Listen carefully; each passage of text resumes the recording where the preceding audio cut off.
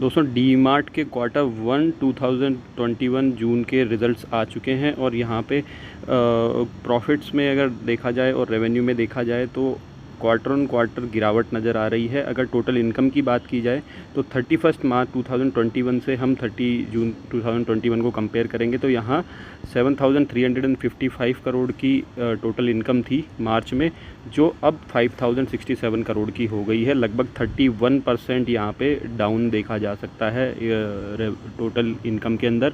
और अगर इसको ईयर ऑन ईयर बेसिस पे कंपेयर किया जाए तो 3,884 करोड़ के कंपैरिजन में टोटल इनकम बढ़ गई है 5,067 करोड़ की, जो कि यहाँ पे 30% का अप देखा जा रहा है। दोस्तों आप सभी को पता है कि पिछली बार पेंडेमिक का बहुत ज़्यादा इशू था इस क्वार्टर में, जो कि जून 2020 का था। इसकी वजह से यहाँ पे इसकी इनकम कम थी और इस बार भी थोड़ा बहुत इशू था, बट उतना नहीं था जितना कि पिछले ईयर ऑन ईयर क्वार्टर में देखा जाए तो यहाँ पे इनकम सीधी 30% बढ़ती हुई नज़र आई है। दोस्तों इसके अलावा भी हम प्रॉफिट आफ्टर टैक्सेस भी देख लेते हैं। तो प्रॉफिट आफ्टर टैक्स आप देखेंगे तो ईयर ऑन ईयर ये 434 करोड़ से 115 करोड़, लगभग यहाँ पे 73% का डाउनफॉल देखा गया है दोस्तों।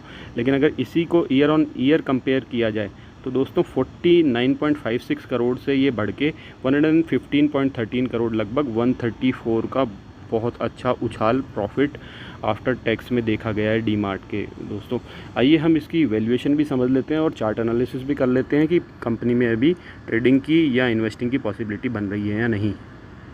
दोस्तों डी मार्ट या एवेन्यू सुपरमार्केट का अगर मार्केट कैपिटलाइजेशन देखा जाए तो 2,18,792 करोड़ अब एक लार्ज कैप कंपनी है। लेकिन स्टॉक का पी यहीं देखा जाए तो 199 पे ये स्टॉक ट्रेड कर रहा है। दोस्तों इस समय क्या ये वैल्यूएशन जस्टिफाइड है, वीडियो के अंत तक आपको पता लग जाएगा। प्रमोटर होल्डिंग देखा जाए तो 75% की है। प्रमोटर को बहुत विश्वास है अपनी कंपनी में। प्लेजिंग यहाँ पे 0% है, किसी भी तरह का कोई शेयर गिरवी नहीं रखा गया है दोस्तों।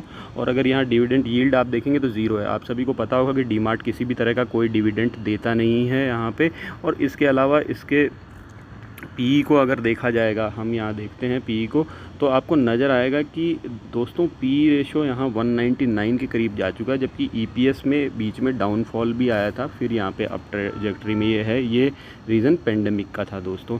इसके अलावा अगर हम इसकी बैलेंस शीट में बात करें तो दोस्तों आपको नज़र आएगा कि बैलेंस शीट में आप देखिए रिज़र्व्स इस कंपनी के 11,536 करोड़, जो कि मार्च 21 में देखे जा रहे हैं हाईएस्ट हैं दोस्तों। लेकिन इसी के साथ में और बोरोइंग भी यहाँ देखेंगे तो बोरोइंग कम हुई है। जो 700 करोड़ की बोरोइंग थी मार्च 2019 में, वो अब कम होके 393 करोड़ रह गई। तो बोरोइंग कंपनी कम कर रही है और जो भी ये अपने स्टोर्स ओपन करती है वो अपनी इनकी रियल एस्टेट प्रॉपर्टी होती है, ये किसी तरह से रेंटेड नहीं होती है दोस्तों। तो ये एक एडवांटेज है कंपनी के साथ में। लेकिन फिर भी अगर देखा जाए तो कंपनी बहुत ही हाई पी पे ट्रेड कर रही है, उसको भी हम इवैल्यूएशन कर लेते हैं, इसके कॉम्पिटिटर्स का भी एनालिसिस करते हैं। दोस्तों अगर कॉम्पिटिटर्स की बात की जाए तो ऑनलाइन ग्रॉसरी में अभी रिसेंटली बहुत ही ज़्यादा अप ट्रेंड देखा गया है। लोग अब अपने घर से ही ऑनलाइन ग्रॉसरी ऑर्डर कर देते हैं। इवन मैं भी यही प्रीफर करता हूँ कि कोरोना का इस समय पेंडेमिक सिचुएशन भी है तो ना स्टोर जाया जाए और ऑनलाइन ही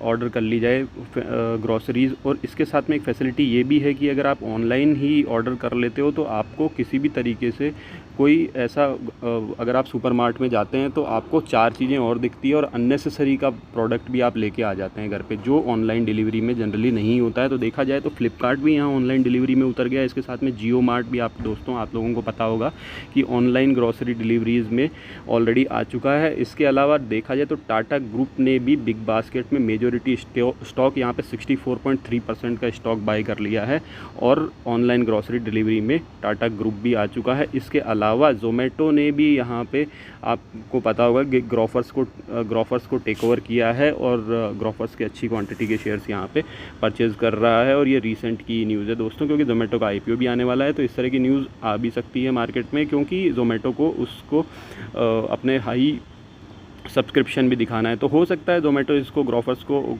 न्यूज़ के लिए ऑक्यूपाई कर रहा है या नहीं कर रहा है, बट स्टिल आप देखेंगे तो डी मार्ट में यहाँ पे बहुत से कॉम्पिटिटर्स ऑलरेडी अवेलेबल है। इसके चल के चार्ट पे भी देख लेते हैं कि क्या पॉसिबिलिटीज़ बन रही है ट्रेडिंग की या इन्वेस्टिंग की। तो ये डी मार्ट का डेली का चार्ट है। यहाँ पे अगर आप देखेंगे तो डी मार्ट अभी अपने लाइफ टाइम हाई पे 3,377 रुपीज़ पे ट्रेड कर रहा है। और जिस तरीके से मैंने इसकी वैल्यूएशन आपको बताई 199 के पी पे ट्रेड कर रहा है। और यहाँ अगर आप देखेंगे तो क्वार्टर ऑन क्वार्टर इसके टोटल इनकम और प्रॉफिट आफ्टर टैक्सेस भी डाउन थे। तो यहाँ से एक डाउनफॉल मुझे नज़र आता है दोस्तों। लेकिन स्टॉक मार्केट में हमेशा वैसा नहीं होता है जो कि आप सोचें वैसा ही हो जाए। आप चाहेंगे जब स्टॉक गिरेगा नहीं और आप चाहेंगे तब स्टॉक उठेगा नहीं।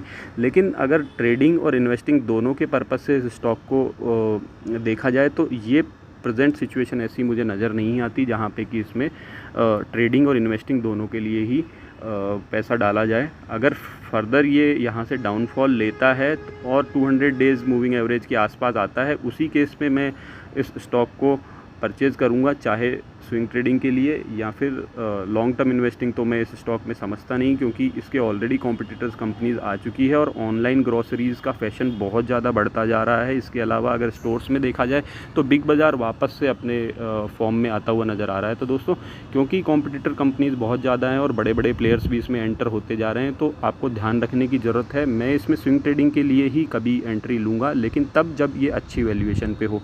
उससे पहले मैं इस स्टॉक में स्विंग ट्रेडिंग के लिए एंट्री लेने से थोड़ा सा अपने आप को रिफ्रेन करूंगा दोस्तों। इसी तरह के अच्छी एनालिसिस हम फ्यूचर में भी करते रहेंगे। बने रहिए आपके अपने चैनल फाइनेंशियल इंडिपेंडेंस के साथ। धन्यवाद।